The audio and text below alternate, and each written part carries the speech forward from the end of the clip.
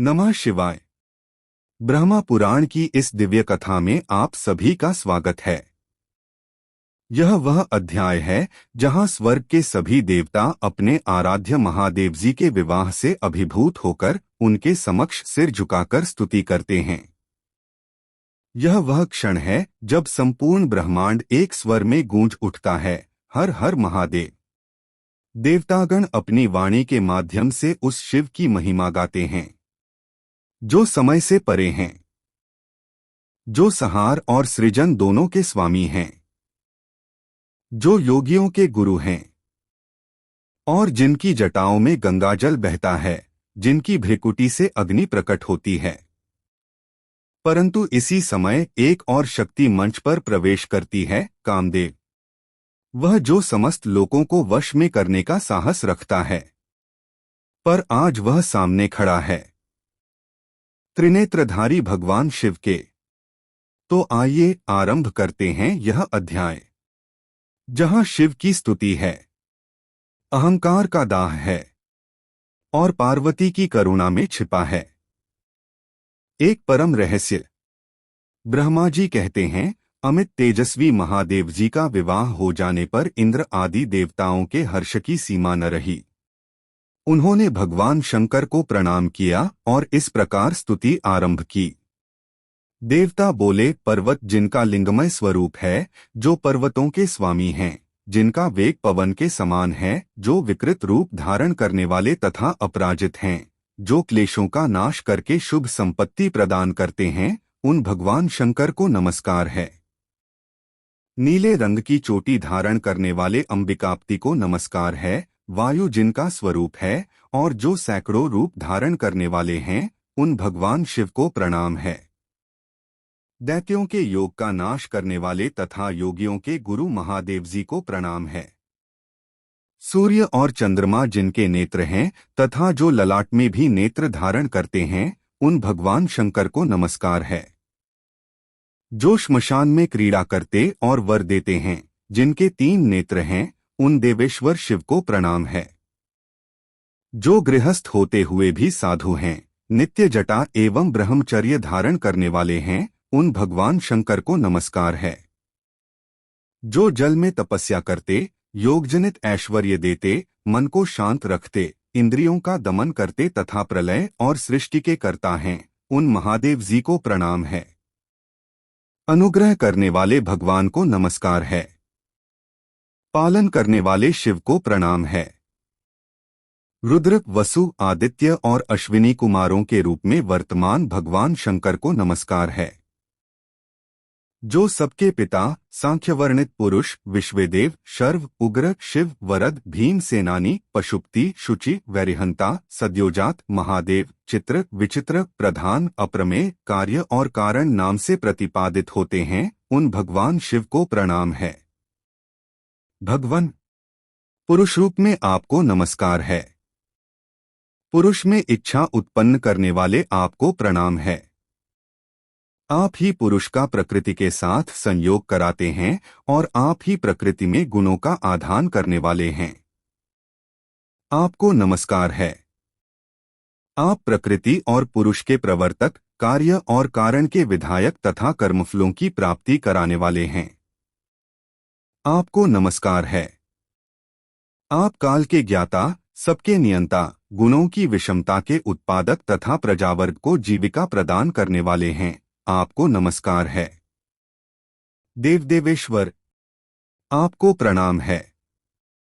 भूत भावन, आपको नमस्कार है। कल्याणमय प्रभो, आप हमें दर्शन देने के लिए प्रसन्नमुख एवं सौम्य हो जाएं। इस प्रकार देवताओं के द्वारा अपनी स्तुति होने पर संपूर्ण जगत के स्वामी भगवान उमापति ने कहा, देवताओं, मैं तुम्हें दर्शन देने को सदा ही प्रसन्नमुख और सौम्य हूँ। तुम शीघ्र कोई वर मांगो, मैं निश्चय ही उसे दूंगा। देवता बोले, भगवन, यह वर आपके ही हाथ में रहे। जब आवश्यकता होगी तब हम मांग लेंगे। उस समय आप हमें मनोवांछित वर दीजिएगा। एवं स्तु कहकर महादेव जी ने देवताओं तथा अन्य लोगों को विदा किया और स्वयं प्रमथगणों के साथ अपने धाम को चले गए।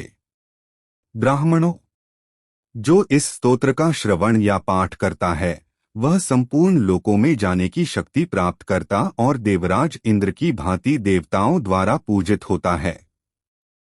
महादेव जी अपने धाम में प्रवेश करके जब सुंदर आसन पर विराजमान हुए तब वक्र स्वभाव वाले क्रूर कामदेव ने उन्हें अपने बाणों से बींधने का विचार किया।